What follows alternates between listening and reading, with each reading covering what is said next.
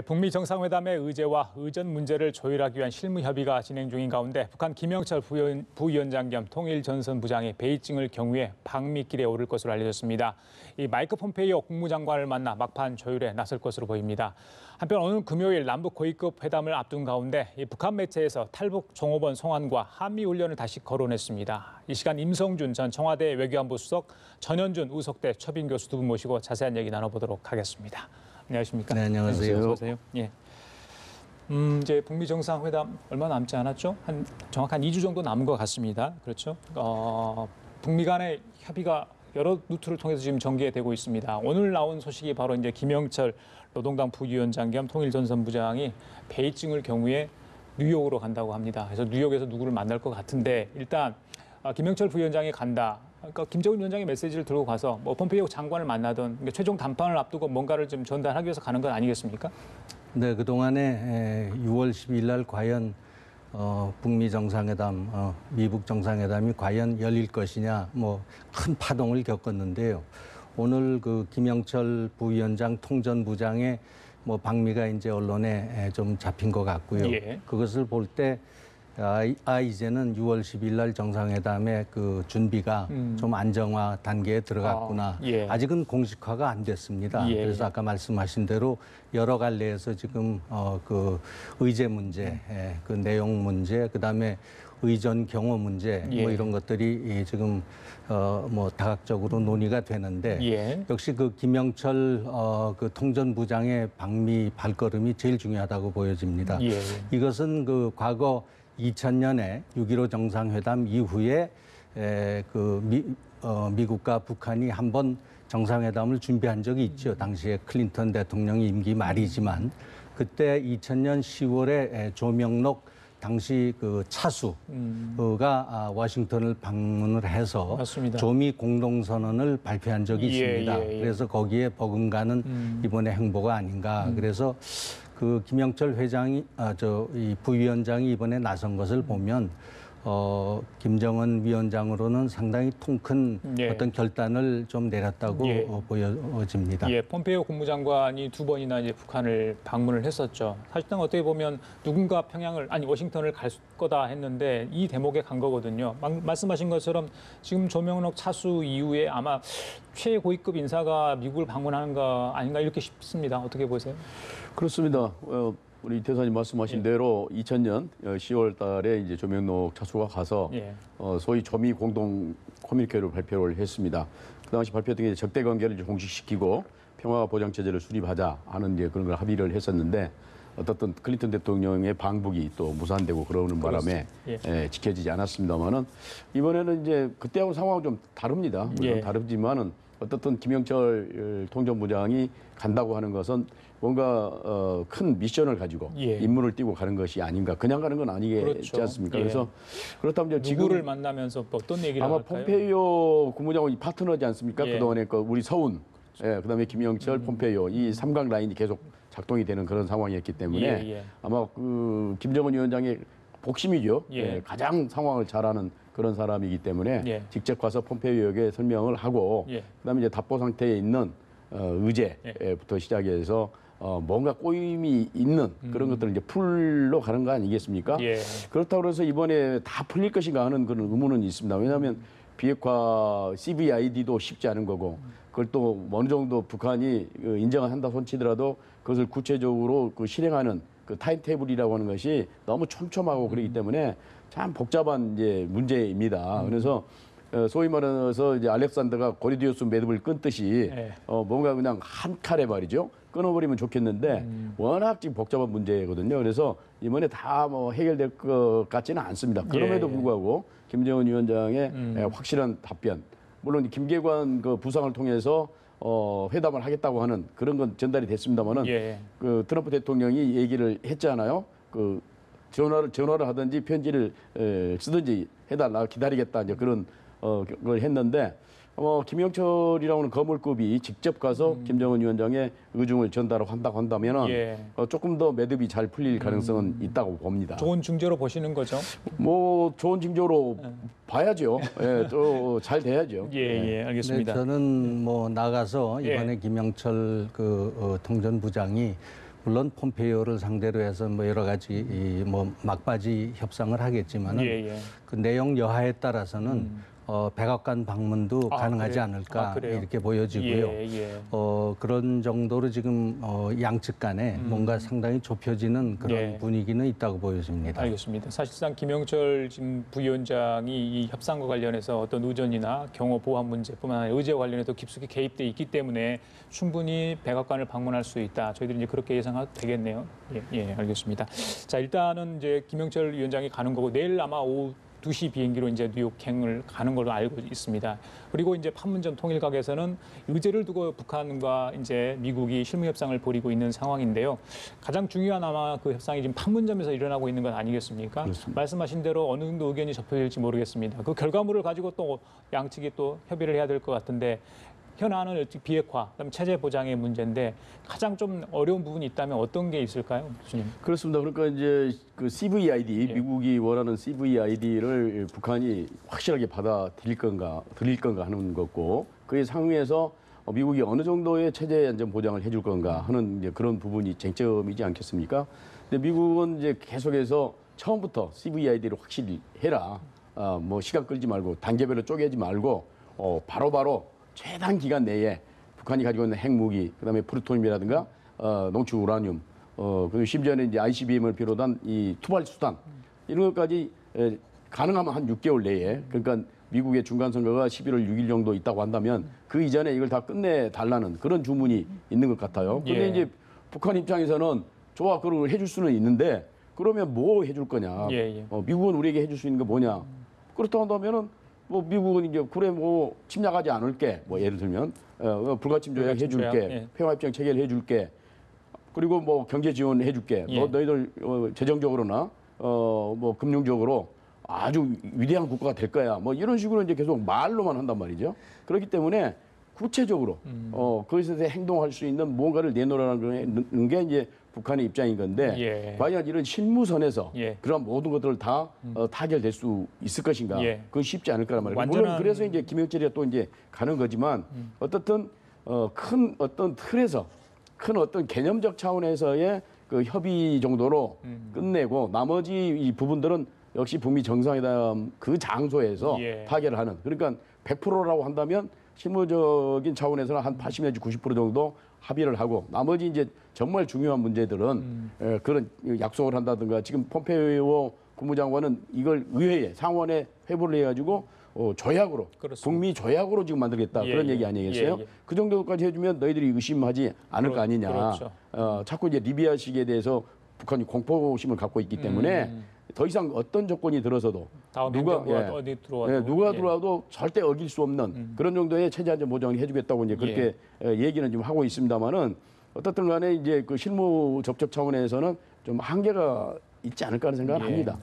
여기에서 이제 두 가지가 중요한데요. 그 지금 완전한 한반도 비핵화 북한이 동의했지 않습니까? 여기에는 이제 우리가 좀 주의해서 볼 함정이 있는 겁니다. 북한 입장에서는 북한의 핵폐기뿐 아니라 남한에 있는 모든 핵무기를 아직도 거론을 하고 있고, 또 한미 연합 훈련할 때 그 핵 전력 자산을 이제 도입하는 문제, 나아가서는 지금 그 주한 미군 문제까지도 염두에 두고 북한이 주장을 하는 거거든요. 그래서 이 부분이 정말 우리 전 교수 말씀하신 대로 어느 정도까지 이제 타협을 보느냐 하는 게 이제 관건이고요. 그다음에 이제 두 번째 문제는 이 시기와 속도 문제입니다. 이제 이 양쪽이 큰 틀에서 합의를 했을 때 이것을 언제까지 어떻게 하느냐. 지금 한테는 두 가지 그 시간이 있습니다. 하나는 금년 말에 중간 선거. 여기에서 이제 선거에서 밀리게 되면은 정치적인 입지가 좁아지고, 그다음에 이제 더 나아가서는 2년 후에 재선을 앞둔 이제 대선 준비가 있는데, 그때까지 가시적인 그 이제 비핵화, 북한의 핵 폐기가 이제 완전히 이루어져야 된다, 이런 그 시간을 가지고 있기 때문에 이 부분이 이제 양측 간에 어떤 그 최종 타협이 되느냐 하는 게 굉장히 중요합니다. 알겠습니다. 좀 덧붙이면요.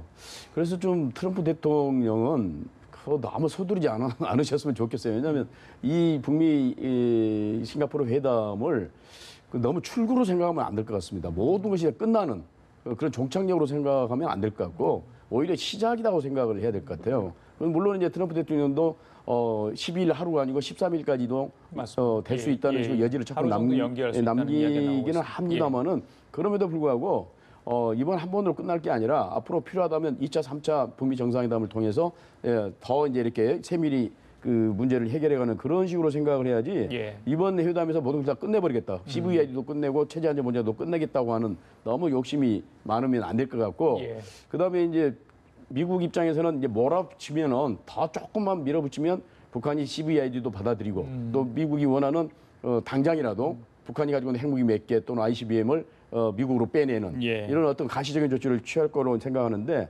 북한 외교가 그렇게 간단치가 않습니다. 우리 외교관 출신을 앞에 모시고 이런 말씀드리는데 북한 외교가 미국과 이 외교전을 벌여 가지고 이 접은 적이 별로 없어요 지금까지 어떻든 간에 벼랑끝 외교를 통해서 그렇기 때문에 그 쉽게 생각하면 안 됩니다. 아주 촘촘하게 그 바둑을 뒤는 형국이고 초입기에 몰리면서도 패착을 별로 뒤지를 않습니다. 북한 외교는 그렇기 때문에 아주 주의해야 됩니다. 지금 북한 외교가 간단치 않다고 그랬는데 지금 그 판문점 협상을 하고 있는 그 대표가 성김재 주 필리핀 대사 아니겠습니까?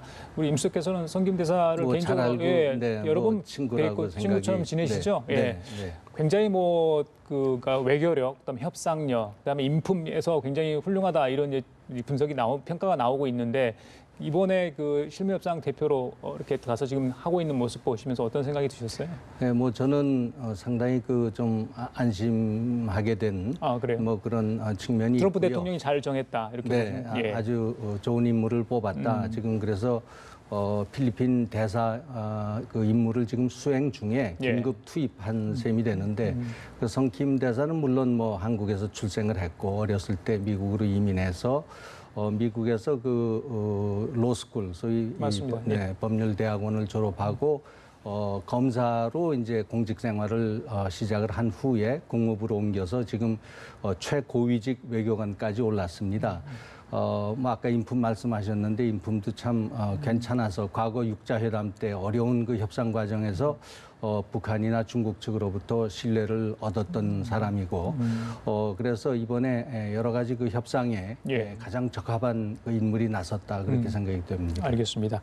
그리고 지난번에 이제 폼페이오 국무장관이 평양을 방문했는데 그 옆자리에 저희들이 눈에 띄는 인물이 있었습니다. 이 CIA 라인이죠. 이 앤드류 김인데 그렇죠? 코리아 그 센터의 지금 소장으로 있지 않습니까? 그렇습니다. 그분도 지금 한국계예요. 그래서 이 북핵 협상의 어떤 초석을 다지고 또 진행하는 가장 중요한 길목에 두 사람이 지금 있는 거 아니겠습니까?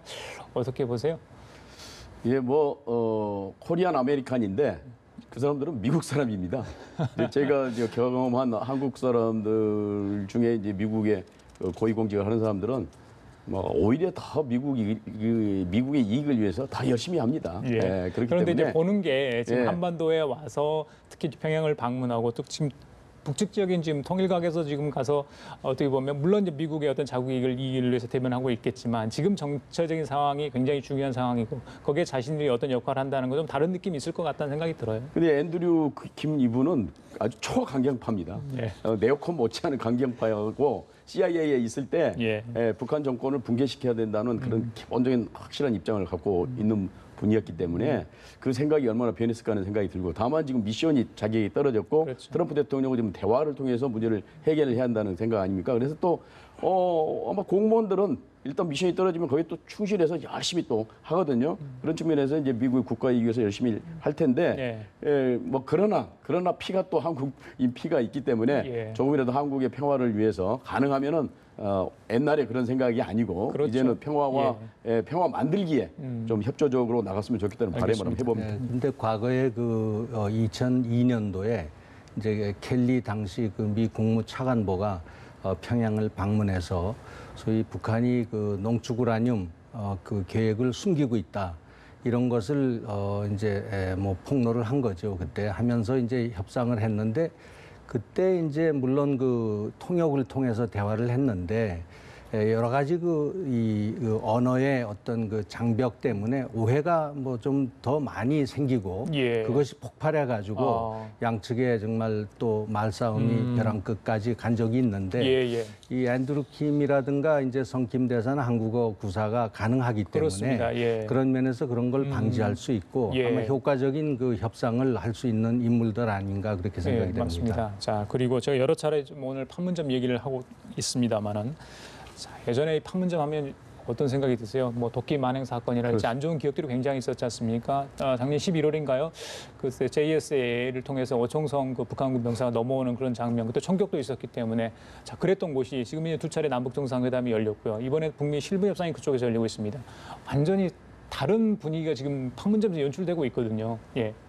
그렇습니다. 판문점은 미국 사람들에게 별로 기억이 좋지 않습니다. 그 정전협정 체결할 때도 북한 그 대표단 남일 장군이 어떻게 얘를 먹였던지 아주 학을 띱니다. 그래서 해리슨인가 하는 그 미국 대표가 아주 북한과 협상을 하려면 협상장을 오히려 박차고 나가는 게 오히려 협상에 유리하다. 이런 정도 얘기할 정도로 학을 띈 장소고. 그다음에 아까 얘기했지만 76년 8.18 도끼 사건 때 미군 장교 2명이 도끼를 맞아서 죽은 이제 그러한 안 좋은 경험이 있는 곳인데 거기에서 지금 북한과 미국이 회담을 한다는 게 정말 역사에 이게 좀 아이러니가 아닌가 생각이 듭니다. 그러나 이제 과거는 과거인 거고 예. 이제는 평화를 위해서 양국이 노력하는 그런 장소가 됐습니다. 평화의 상징이 됐습니다. 그렇기 때문에 거기에 걸맞는 좋은 싸우지 않고 그 정전협정처럼 그렇게 뭐 밀당하지 말고 이제 부드럽게 협상을 해서 좋은 결과가 나왔으면 좋겠습니다. 양국 정상이 MDL을 넘나들고 도보다리 산책을 하고 뭐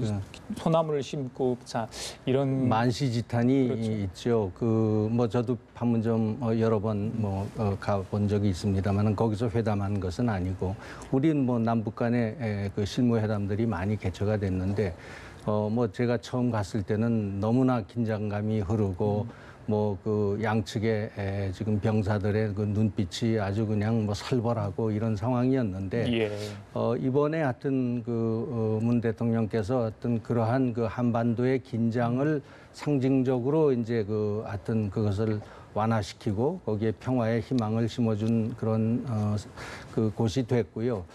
이번에 특히 그 2차 정상회담이 거기에 그렇게 전격적으로 열렸다는 것은 저는 의미가 대단히 크다고 봅니다. 그 과거에 남북 정상이 만난다는 것은 물론 역사적이었고 많은 그 밀고 땡기고 준비가 필요하고 이제 이래서 뭐 하여튼 그 열리기가 어려웠는데 이번에 한 달 만에 이렇게 그 두 정상이 다시 만났다는 것은 앞으로 판문점의 그 활용 그 전망이 매우 높고 하나의 평화의 어떤 상징으로 이렇게 되살아나는 그 판문점이 되지 않을까 그렇게 보여집니다. 그래요. 자, 임 선생님, 이건 수석께 여쭤볼게요. 지금 이제 싱가포르에서 북미 정상회담 장소 또 의전 경호 문제를 논의하는 협상이 아마 지금 이제 김창선 그 부장 국무위원회 부장이죠. 거기하고 이제 미 백악관 부비서실장이 만나는 걸로 알고 있습니다. 네. 글쎄요. 그런 자리를 마련할 때 외교 분야에서 파트가 아마 맡을 수도 있겠습니다만 의전 관련해서 어떤 점을 꼼꼼히 봐야 되는지 특히 장소 선정 관련해서 이제 싱가포르 대통령궁이 거론되고 있습니다. 여러 가지 뭐 고려해서 그런 얘기들이 나올 것 같은데 최종 되기까지 어떤 점들을 좀 북미 쪽에서 좀 고려를 합니까? 이 김정은 위원장의 어떤 동선이랄지 이 항공편을 이동하는 면이랄지 좀 최우선적으로 고려될 부분이 있다면 어떤 것들이 있을까요? 네, 뭐 그 여러 가지 소위 이제 로지스틱스라 그러는데. 이제 그 회담을 성사시키고 회담을 진행하기 위한 여러 가지 그 절차적인 준비죠.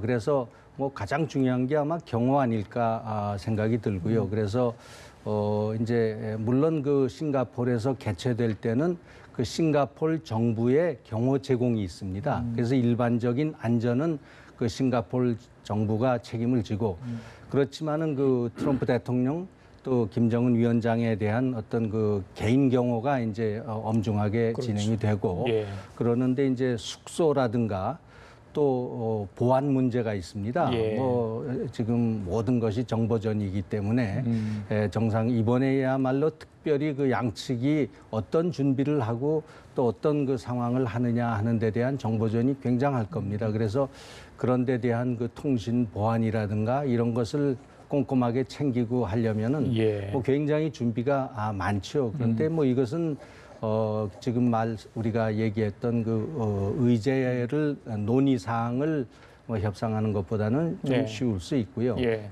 그러면서 기술적인 측면이 많습니다. 예.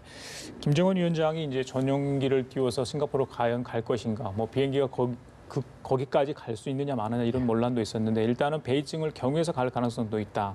그러니까 그렇다면 중간에 베이징 가서 뭐 시진핑 주석을 아니더라도 중국의 고위 관료를 잠깐 만나고 싱가포르 갈 수 있다. 뭐 이런 얘기가 나오는데 김정은 위원장의 동선은 어떻게 좀 예상을 하고 계십니까? 네, 그러니까 뭐 말씀하신 대로 뭐 바로 가기는 쉽지는 않을 것 같아요. 만약에 북한 고리항공을 타고 또는 전용기를 타고 간다 그러면 한 번 정도는 급유를 해야 될 것 같은데 그럴 바에는 북경에서 하는 게 낫지 않겠냐 그런 생각을 하고 그렇다고 한다면 뭐 물론 시진핑 주석하고 정상회담 하는 것은 쉽지는 않겠습니다만은 최고위국과 일단 또 조율을 한 번 더 하는 이제 그런 것도 필요하지 않을까 생각이 되고 북한 입장에서는 뭐 나쁘지 않죠. 왜냐하면 이제 북미 정상회담을 함에 있어서 어떻든 좀 중국이 조금 그 기분이 좀 안 좋은 상태인 것 같아요. 자꾸 이제 우리 삼자 예. 정상선언, 삼자 그러니까 종전선언 얘기도 나오고 뭐 그렇기 때문에 어떻든 이제 김정은 위원장 입장에서는 또 한번 중국을 달랠 필요가 있는 것이고 그다음에 이제 신변안전 보장을 위해서 역시 중국의 이제 그 영역권에 들어가기 때문에 거기에 경호도 또 받아야 되고 그런 여러 가지를 생각한다 한다면 중국과의 관계를 좀 돈독할 필요가 있고 그래서 결국 이제 중국 상공을 날라서 갈 수밖에 없지 않겠습니까? 그런 측면에서 그 가능성이 높다고 보고 또 그렇게 할 필요도 있다고 알겠습니다. 생각합니다. 교수님께서 종전선언 얘기를 하셨는데 지난번에 이제 문재인 대통령이 2차 남북 정상회담 관련해서 춘추관에서 브리핑을 하는 자리에서 이 종전선언 관련해서 언급을 했습니다. 그러니까 남북미 3자 정상회담을 통해서 종전선언이 이루어졌으면 좋겠다는 것을 이제 공식적으로 피력을 한 거 아니겠습니까? 네. 물론 전제는 이제 북미 정상회담이 성공됐을 때를 뭐 전제를 하고 있습니다만은 그렇다면 문재인 대통령이 싱가포르로 갈 수도 있다.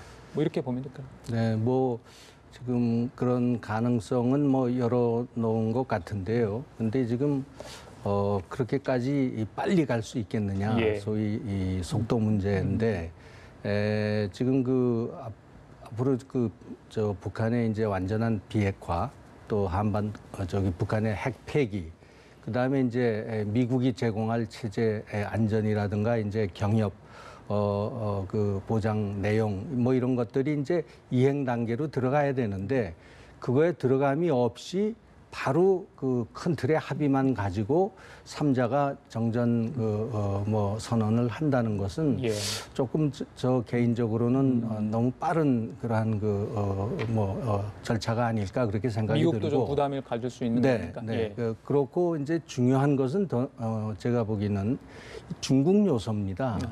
그렇죠. 이 과연 지금 물론 전체적인 분위기는 남북미 3자 얘기를 하는데 저는 중국이 그 과거 한국 전쟁 당시에 뭐 의영군 형태로 많은 병력을 파견을 했고 또 희생자도 많이 났고 했는데 과연 중국이 빠진 그 정전 그 선언이라는 종전 선언이라는 게 어떨까 지금 어젠가 그 환구 15에 지금 중국이 내심 그 불만을 표시하는 그런 그 언론 보도가 있었습니다만은 저는 이 문제는 좀 깊이 잘 생각해야 될 문제라고 생각이 듭니다. 그래서 중국의 뭐 참여를 일부러 배제한다든가 또 이제 앞으로 이 평화협정도 하고 그럴 텐데 그때 주변국의 그 어떤 뭐 개입이랄까 뭐 이런 그 보장 뭐 이런 것들이 필요한데 이런 걸 일부러 배제시키는 그러한 하나의 그 방침이나 그 정책은 저는